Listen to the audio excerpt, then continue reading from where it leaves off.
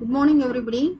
Today we are going to solve the problem 3.6 from Fundamentals of Electric Circuit by Alexander Sadiku. So this is the circuit given and we are asked to solve for V1 using nodal analysis. So when we inspect at this node, we can V1 is available. So into which we can name the current, or we can assume the currents I1 and I2 are entering through these respective branches and I3 is leaving and this I4 is entering. Okay. So we have to apply KCL.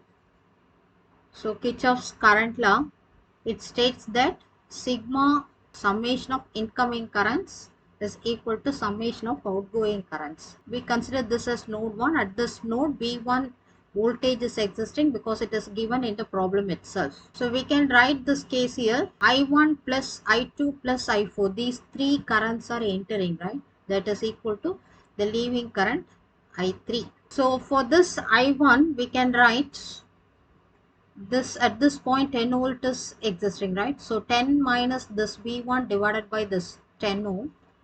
Then for I2 we can write this as, at this point it is 10 ohms. So 10 minus V1 divided by this 5 ohm, that is I2 current. Then this I4 is at this point this 20 volt is existing. So 20 minus this V1 divided by this 4 ohm resistance, that is equal to I3. I3 is V1 minus 0 divided by 10. So it is V1 by 10. So now we take the common denominator here. So it is 20. So we can write it as 2 times 10 minus V1, because when you multiply this 10 by 2, you will get 20. So we have to multiply on the numerator also by 2. Then plus this 5 multiplied by 4 times, so in the numerator also multiplied by 4 times. Then here this 4 is multiplied by 5 times to get 20, so it is 5 times 20 minus V1, that is equal to V1 by 10. Then you can cancel these two, so you get here as 2. Now we can expand this, so 20 minus this 2V1, then this 40 minus 4V1, then 5 into 20, 100, then 5 into V1. So minus V1, that is equal to, when you cross multiply this 2 into V1, we get it as 2V1. Okay.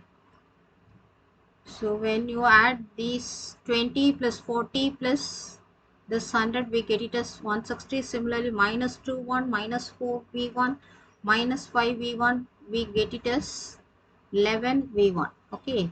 And this 2V1 is brought to this side, so minus 2V1, that is equal to 0. So it is 13V1, that is equal to 160. Okay, so V1 is equal to 160 by 13, that is equal to 12.3 volts.